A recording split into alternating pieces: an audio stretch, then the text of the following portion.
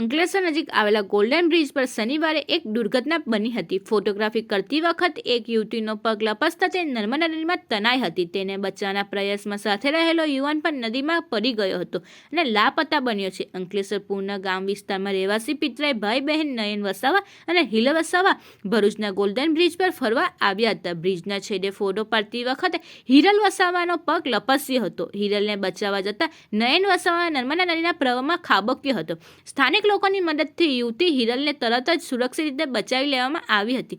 જોકે યુવાન નયન વસાવા નદીના તેજ પ્રવાહમાં વહેતો ગયો હતો અને લાપતા બન્યો છે। જોકે યુવતી નદીના વહેણમાંથી બહાર કાઢવામાં આવી હતી ત્યારે તેનો મોબાઈલ પાણીમાં ભીનો થવાના કારણે બગડેલો ન હતો અને તેના મોબાઈલને લોક ખોલી તેના પિતાને જાણ કરવામાં આવી હતી। ઘટનાની જાણ થતાં સ્થાનિકોએ અને ફાયર બ્રિગેડની ટીમ સ્થળ પર પહોંચી હતી।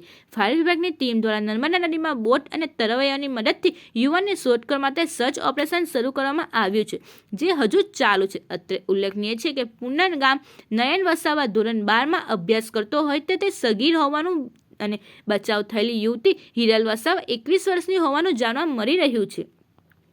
શનિવારની સાંજે ગોલ્ડન બ્રિજના ત્રીજા પિલ્લર નજીક અંકલેશ્વર પૂર્ણ ગામ હિરલ ધીરજ વસાવા પાણીમાં વહેના ડૂબતી હોય અને તે નજીક એક યુવકે બહાર કાઢી સિવિલ હોસ્પિટલ ખસેડી હતી અને તેની ભાનમાં હોય ત્યારે સિવિલ હોસ્પિટલમાં ફરજ પરના પોલીસ કર્મીએ તેની પૂછપરછ કરતા તેને લખાવ્યું હતું કે તેની સાથે નયન મુકેશ વસાવા હતો અને બંને ફોટો પાડવા માટે ગયા હોય। તે દરમિયાન હિરલ વસાવાને નજીક બેઠેલા પ્રેમી યુગલમાંથી યુવકે યુવતીનો હાથ આપી બહાર કાઢી હોવાનું તેમજ તેની સાથે રહેલા નયન મુકેશ વસાવા નદીના વહેણમાં લાપતા બન્યા છે। જોકે બધે આપઘાત કરવા આવ્યું હોવાનું ભરૂચ સિવિલ ખાતે તબીબીએ નિવેદન આપતા તપાસ શરૂ કરી હતી। જો પોલીસ તપાસમાં અને પરિવારના નિવેદનમાં ઘરેથી દીવા ગામથી માતા સિવેલા કપડાં લેવા માટે બંને પિતરાઈ ભાઈ બહેન નીકળ્યા હતા, જે બાદ ફોટો સેશન કરવા ગોલ્ડન બ્રિજ પર પહોંચ્યા હતા, જ્યાં યુવકે 2 ફોટો પણ યુવતીને લીધા હતા। ત્યારબાદ ઘટના બની હતી।